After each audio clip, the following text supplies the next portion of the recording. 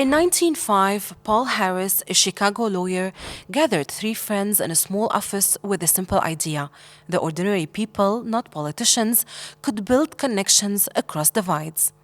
That meeting became Rotary International. Today, it has 1.4 million members in more than 200 countries.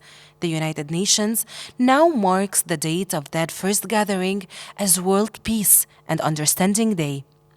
It's usually a quiet anniversary, but this year it carries different weight. In a region of nearly 2 billion people, three nuclear powers, and some of the world's most unresolved tensions. We are talking about South Asia. Just 9 months ago, India and Pakistan fought the most intense aerial confrontation in a generation.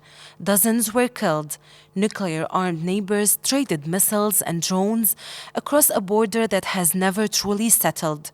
A ceasefire supposedly holds, but the tension hasn't eased.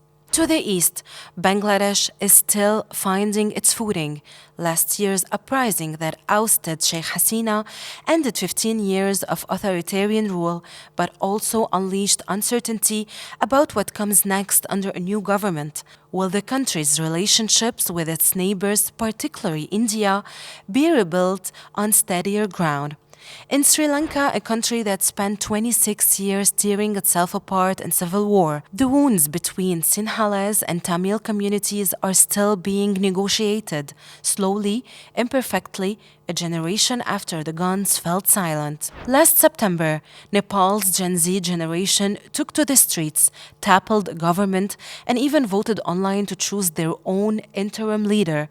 In a few weeks, the country heads to the polls, its most consequential election in a generation. And Afghanistan, which was once the stated focus of the world's attention, has largely disappeared from the headlines, its people navigating life under Taliban rule while the international community looks away. And yet, across all of these countries, in Lahore and Karachi, in Delhi and Mumbai, in Dhaka and Colombo, in Kathmandu, Rotary clubs are still meeting, still running literacy programs, still funding health clinics, still quietly maintaining the connections that governments strain and sometimes sever.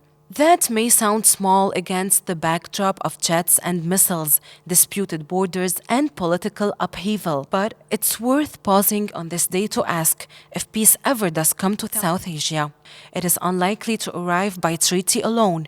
It will need the kind of slow, unglamorous, people-to-people work that a lawyer in Chicago started on February morning 120 years ago. The world has changed enormously since then.